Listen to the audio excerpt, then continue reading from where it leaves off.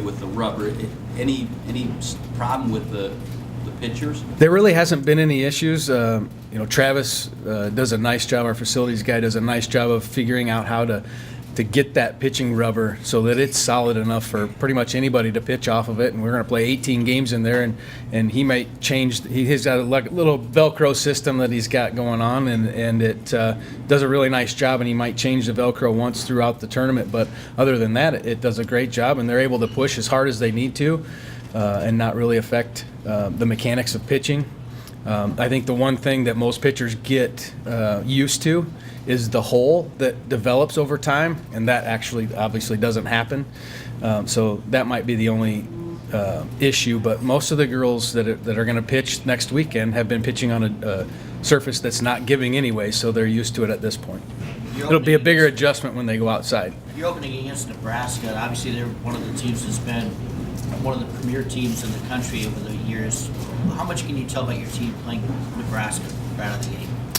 Honestly, I love playing a top-notch team right out of the gates because I think you get a really good gauge of what you're going to be capable of doing throughout the year. Obviously, it doesn't tell you anything about how you're going to finish the year, but it gives you a good gauge of how willing your kids are to step up against, a bigger name team, and kind of gauge their competitiveness.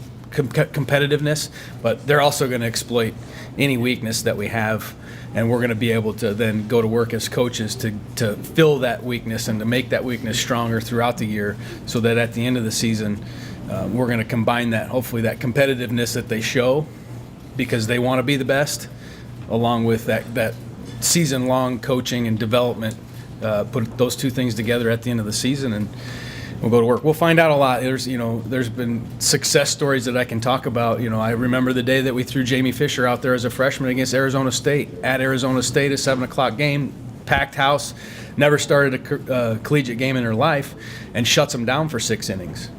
And the only thing that threw her off was I told her to walk somebody intentionally because it was the best hitter in the country, and she had a .450 batting average.